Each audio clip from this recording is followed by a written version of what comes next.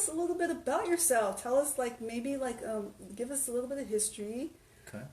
Your growing up years. I know you shared a little bit with me about some things that you struggled with, and then some things that you grabbed hold of. Sure. So, 42 years young, and as a kid, I played your traditional sports: baseball, football, a lot of basketball, Yeah. and so I was always athletic, Mm. always playing out in front of the street, no matter what sport it was, Mm. and so movement was always fun for me. It was always something that we did after school, and it just resonated with me because I always enjoyed playing with my friends and that type of thing. So yeah, as I grew up, we went through the phases of like riding skateboards and all, BMX and all your things that your normal boys do. And Yeah, all so, the fun stuff. yeah, I had a lot of falls and that type of stuff, Yeah. lots of scars. Mm-hmm. Falling's part of learning. Mm-hmm. Gravity always wins. Mm-hmm. Mm-hmm. And so that does happen. And I would say, like, growing up, what really sticks out to me now was in sixth grade, last minute, I did a science project, Mm-hmm. and I was fighting it and didn't want to do it. Well, I took a lemon. I got it from a science book, but I took a lemon and I put two copper wires in it. Did the whole display board and all of that. I was in sixth grade, and I really didn't understand it then, but I really understand it now. But if you take a lemon and you put two copper wires in it and then touch your tongue, you're gonna get like a 9 volt charge. Hmm. And I didn't know that. right, so the word lemonade. I mean, that's how it really started. Is Really? lemon actually helps alkaline your body, and so looking back, I didn't know it then, but I know it now, that that's really the first step in health is making sure that your body's at an alkaline state. So it's really important. I have heard that before. Yeah. Yeah. And Interesting. so it's really, really important because your body's always fighting for that alkalinity, because we have acidic bodies and then we have alkaline bodies. So alkaline bodies lead to health. That's how, like flu and that type of thing, sickness, cancer, they can only live in an acidic body, not an alkaline body. So Interesting. that really stands out as a kid. And at 16 years old, fast forwarding, I saw Arnold Schwarzenegger. That's where my love for getting in the gym and working out came into play, because it was like, all right, I was too small on the football field, and I didn't really play as much as I wanted to as I started getting up in the high school years. And I said, you know what, I'm going to get in the gym, because that matters the most to me, is how much heart you have. It didn't matter how big you were or how fast you were. If as long as you got in the gym, that's where it counted. How bad do you want it? How hard are you going to work in there, and working on yourself? And that's where that really instilled on me, as far as a work ethic from my grandparents. I like that you said how much heart you have. It depends on how much heart you have, right? Absolutely. Yeah, that's good. And what your parents or your grandparents, you said, instilled in you? Absolutely, yeah. They were a big That's influence with yeah. me. They Yeah. come from the South, so they were up at sunrise and Yep. down at sunset, and they worked. Hard. Yes, Yeah. so I had that work ethic instilled in me. So Yeah. Good stuff. Good stuff. So you shared with us a little bit about your background. You shared some of your childhood, a little bit of some of the things that you liked, some ethics that were instilled in you through your grandparents and things. What I want to know, I want to kind of pull out a little bit from you some struggles. What was some of the struggles that that stand out to you right now, right just the second that you're thinking? I would say that nothing was ever handed to me. I had to go. I had to go. I started working a job at 16 years old, and it was something that I knew that I had to go out and hustle for. Yeah. I still have the reward from playing baseball as a kid, but it was the hustle Yeah. award that I got, because I just knew that if I wanted to go out and make something happen for myself, I had to go get it, and I had to go out there and face some adversity, and perseverance was really strong for me. So, college, I didn't get a scholarship. I had to go out and work at the same time that I was paying for myself to go to college. So that part of it, just putting your head down and going, look, this is what I'm going to do, and this is the goal that I'm going to achieve, and just climbing that mountain and making that happen for myself. So that would be a big struggle, or I would say a challenge. Yeah.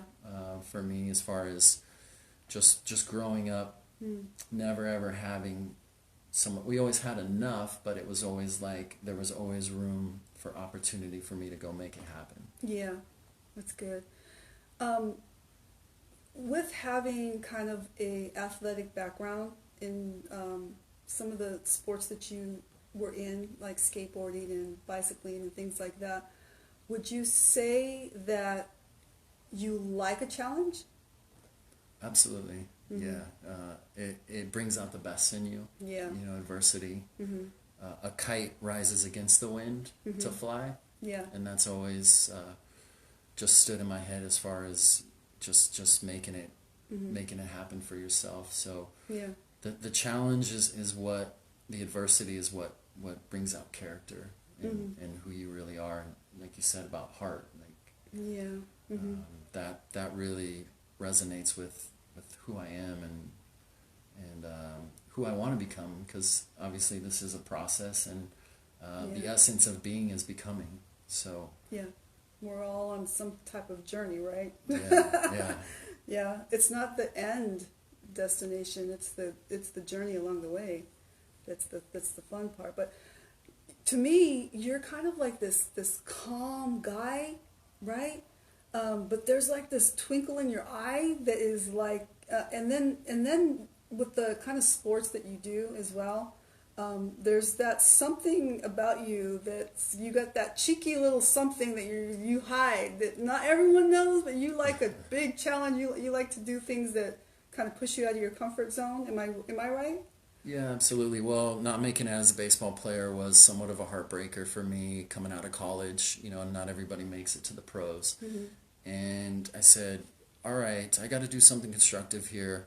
I'm going to start snowboarding, and I'm very passionate about what I do. I'm going to play full out. I'm going to be the first one to show up and the last one to leave. And I took that same mentality from playing college baseball and directed it into to snowboarding, because I needed something constructive. Yeah.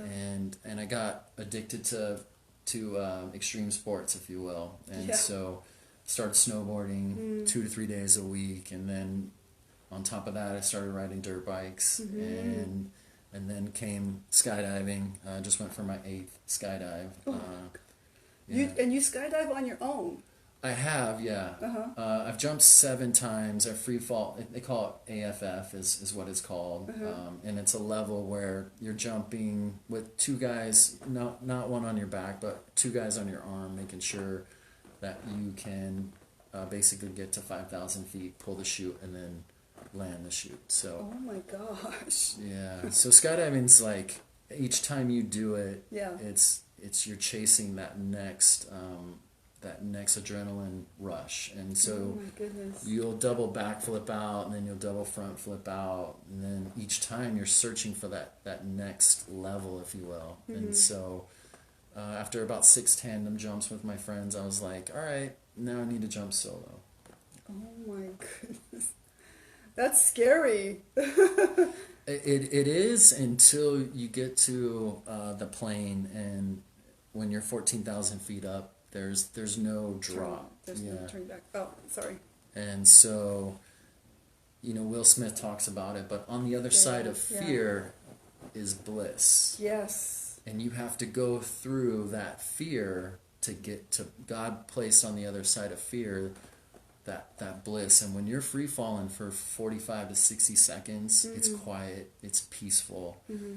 With all the chaos and all the things that are distracting in the world, you really find yourself free.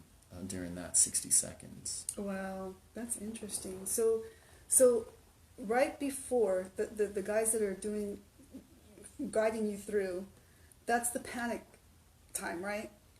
They're watching for the panic time, and then once you pull the trigger, you're good.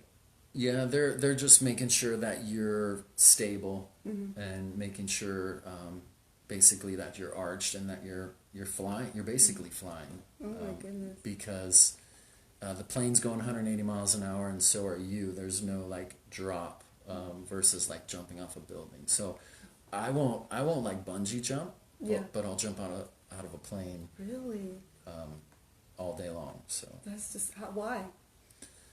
it's just that adrenaline Yeah. rush that you get when you get on the ground. You celebrate with your You're like, friends. thank God. Yeah, I mean it is. You do definitely. There is a risk involved, obviously, but without a risk, there wouldn't be a reward, and the reward is so great. So when you get on the ground after a skydive, Yeah. you want to do it again. Oh, interesting. So I definitely recommend it if you've never done it at least once. I've never done it. No, I will do it, but I've never done it yet. Okay, No. it's on the list. Not by myself or anything like that, but Yeah, tandem first, obviously. yeah. Well, yeah. tandem's the best because you just get to sit back and enjoy the ride. Okay. He's actually doing all the work for you and making sure it's really safe. You know, they get on the Yeah. freeway and drive 80, 90 miles an hour. People don't think twice about that, but when you Yeah. jump out of an airplane, risk-wise, there's more of a risk to actually get on the freeway than there is versus jumping out of a plane. Interesting. So, so you shared some really great stuff. Actually, a lot of the stuff that you're sharing is a lot of great nuggets of wisdom. A lot of some of the struggles, some journey that you've been on, and how you perceive it. That you talked about on the other side of fear is bliss, but we really have to face that fear. We got to go through it, right? Otherwise, we don't know what's on that side. We're going to be stuck on the other side of it, right? Just not doing anything, staying in our safe zone, Right. right?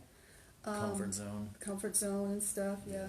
But being into extreme sports, it kind of teaches you to deal with your adrenaline, right?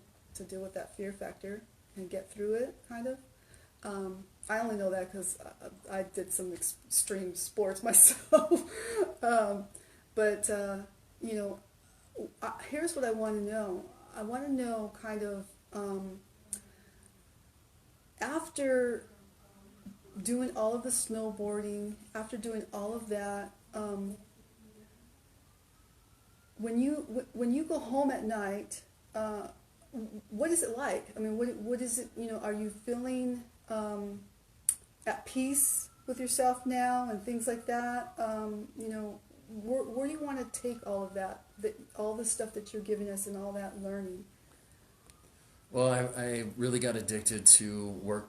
Jim Rohn says it. You work harder on yourself than you do on your job. So Yeah. when I'm off, basically from work or play, what have you, reading's really important to me. Meditating is really huge for me. Good. I'll do a lot of listening to motivational speakers like Les Brown. Mm-hmm. He's one of my favorites. But also spending time with my family or I would say investing time with my family is really huge for me.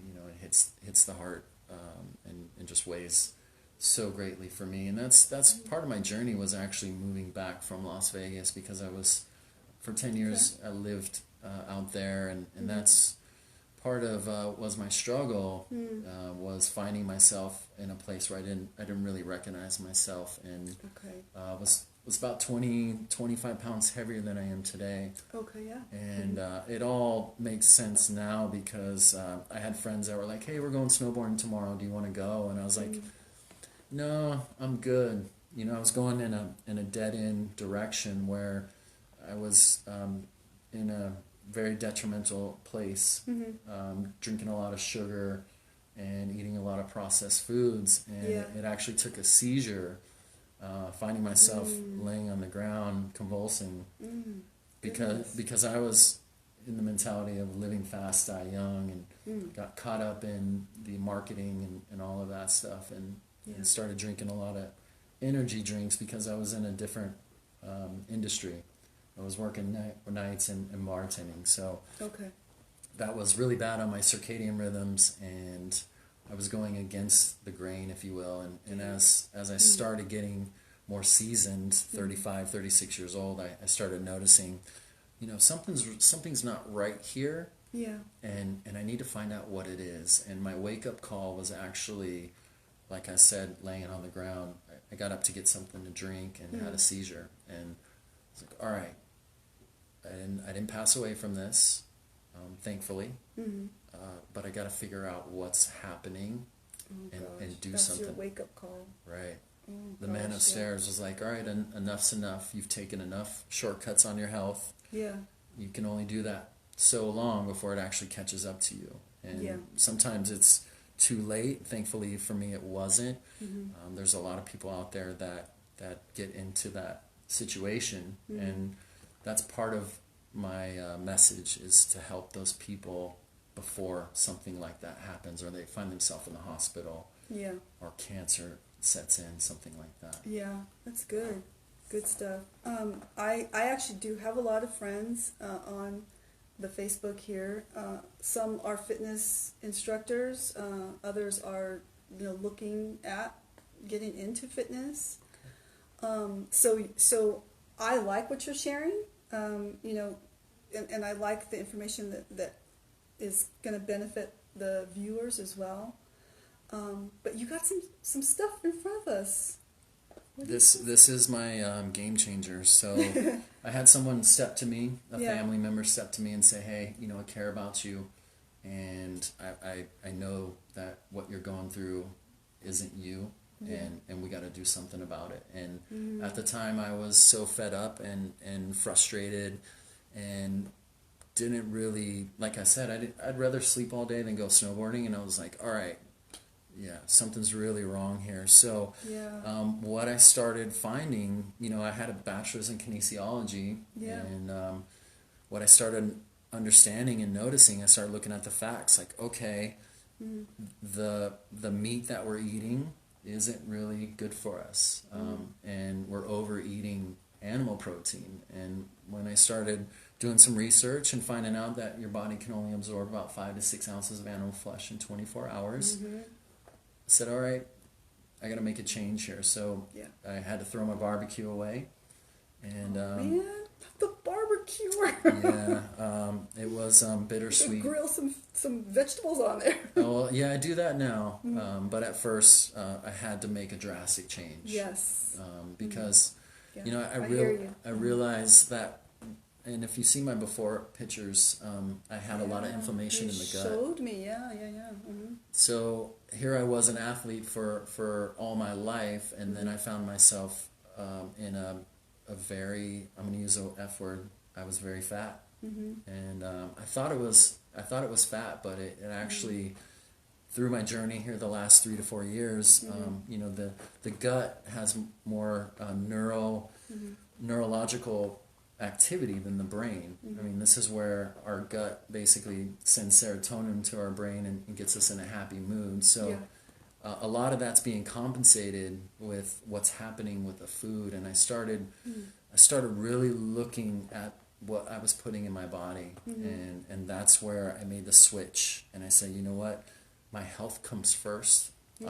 Obviously spiritual health is very, very important. I would say that comes first, and then physical, emotional health comes second. Because if you have all the money in the world but you can't buy tomorrow, I hate to bring it up, but Steve Jobs, he's worth $8 billion, and cancer got him. And that's my wealth, is I've been able to turn that around. I've been able to walk the walk. I've been where I found myself in a very very bad place. And so being able to turn that around is where now I can help people through that process, and believe in them, and help them and help them make that turnaround as well. Yeah, that's great. You know, you said you were 42. You look like you're like 30.